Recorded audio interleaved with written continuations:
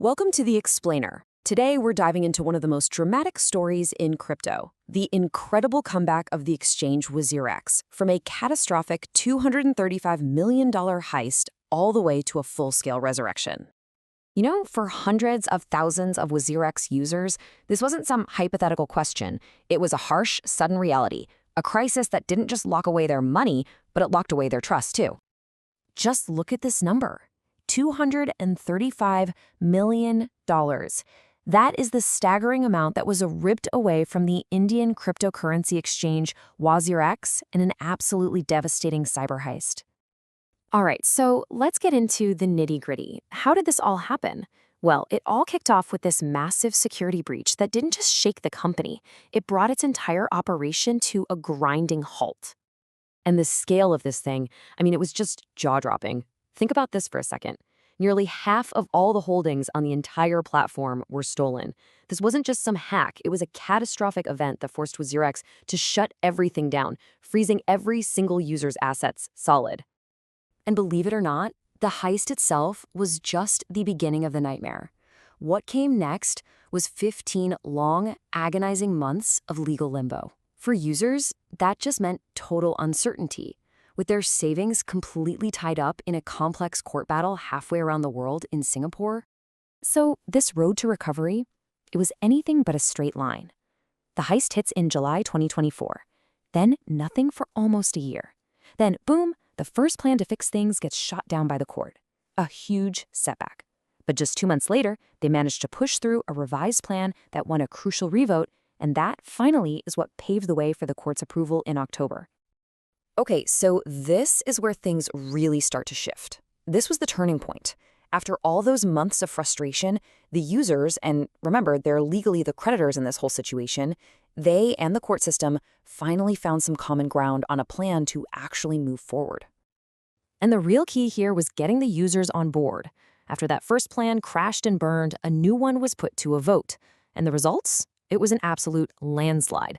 An incredible 95.7% of creditors backed the new plan.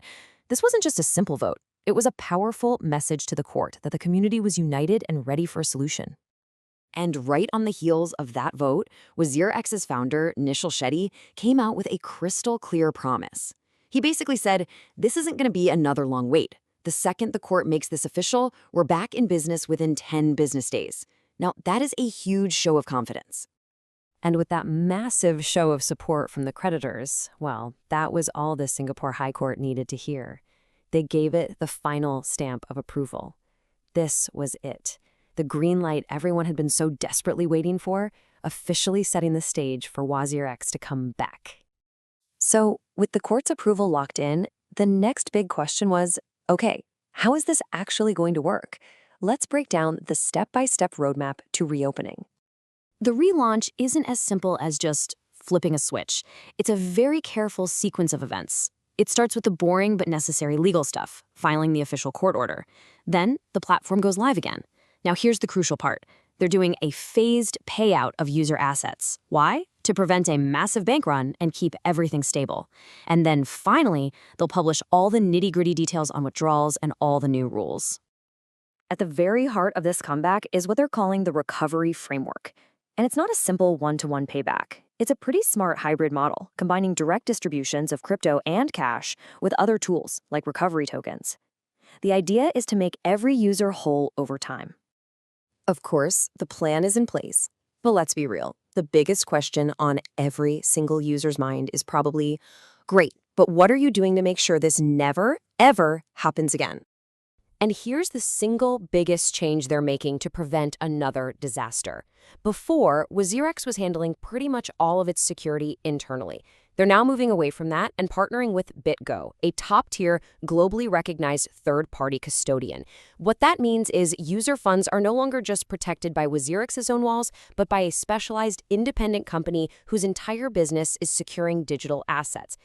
So let's just boil it all down. What's the bottom line for any WazirX user out there?